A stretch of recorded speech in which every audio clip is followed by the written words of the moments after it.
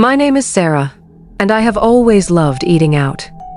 To me, eating out was more than just food, it was an adventure. I enjoyed the freedom of choosing from different meals, the comfort of not having to cook, and the excitement of trying out new restaurants. Cooking at home always felt stressful, messy, and time-consuming, so I believed eating out was worth every penny I spent.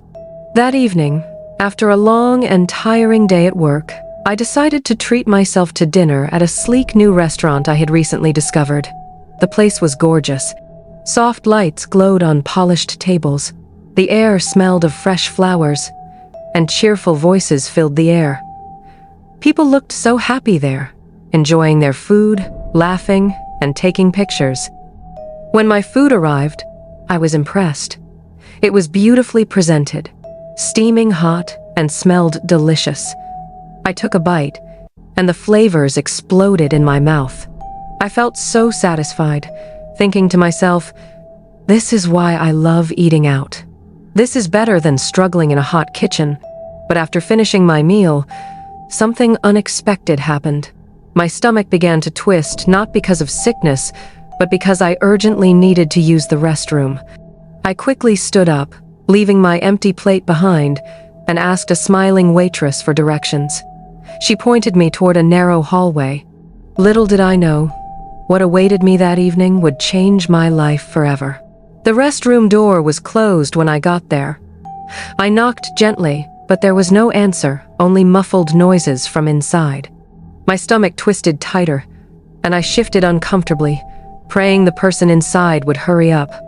I looked around, desperate for an alternative. That was when my eyes caught sight of a door swinging slightly open. Above it, in faded letters, was the word kitchen. My heart skipped a beat. Should I take a look? The thought came quietly at first, but I brushed it aside. Don't be ridiculous, Sarah. Just wait for the restroom. But the door kept swinging, as if inviting me. From inside, I could hear clattering dishes, rushed voices, and strange noises. My curiosity wrestled with my common sense. Just then, something happened that made my blood run cold. 2 rats ran out of a small hole near a box by the kitchen door. They squeaked loudly, chasing each other in circles before slipping back inside. My heart stopped. Rats? In this restaurant? My mind instantly replayed the meal I had just eaten, and I almost gagged. I told myself to stay calm.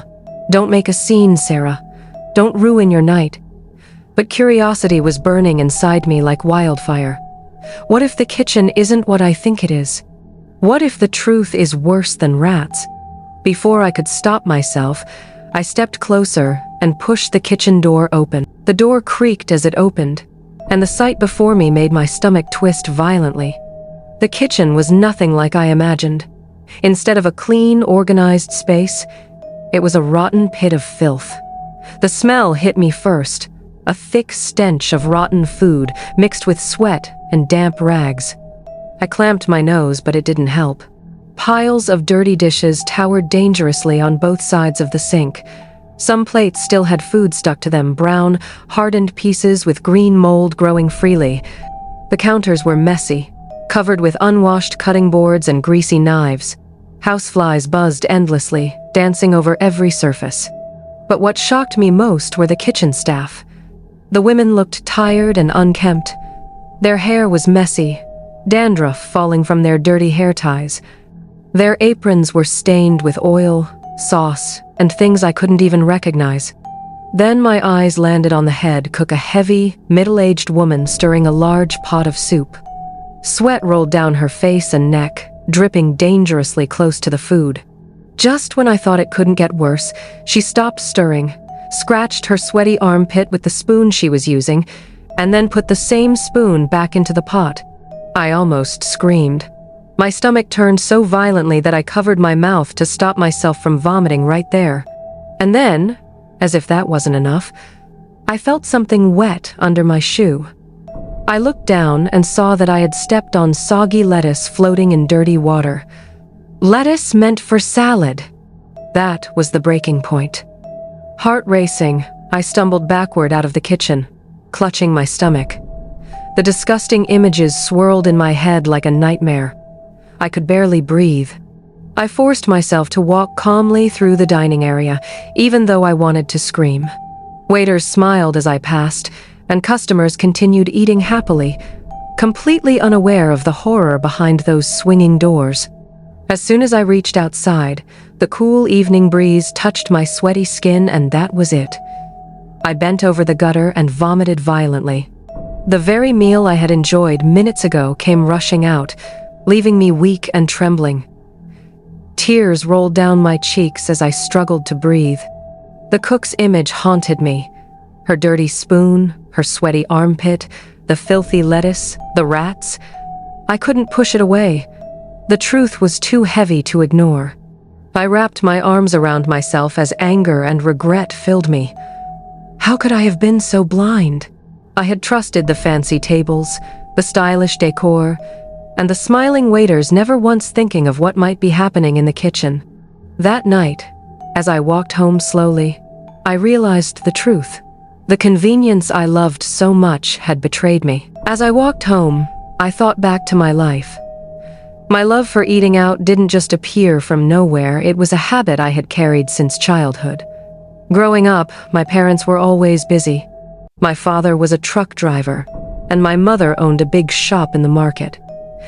They worked so hard, but it meant my siblings and I often had to fend for ourselves. Cooking was never part of my life. Whenever I tried, it ended in disaster.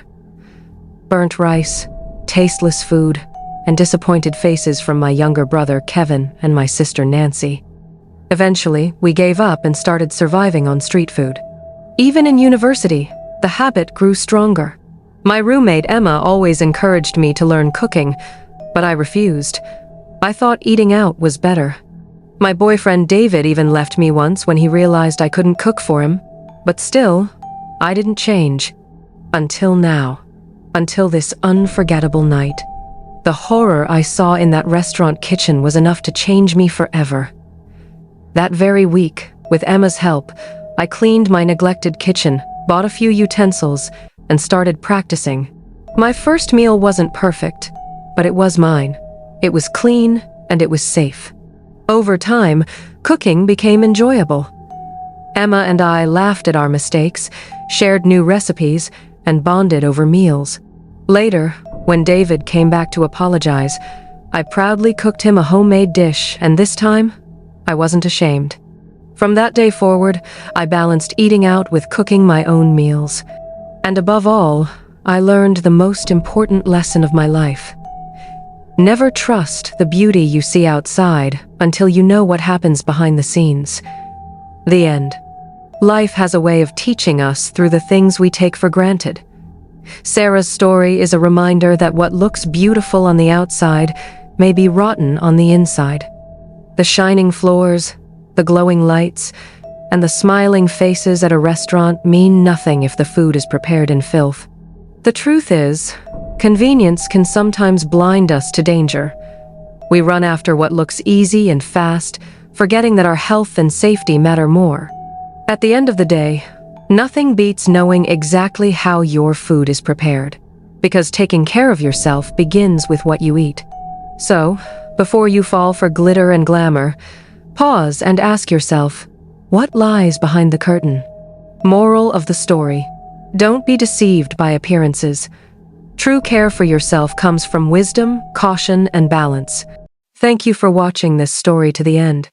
If you enjoyed it and learned something valuable, don't forget to like, share, and comment your thoughts below. And if you're new here, please subscribe and turn on the notification bell so you don't miss any of our next amazing stories. Stay safe, stay wise, and see you in the next video.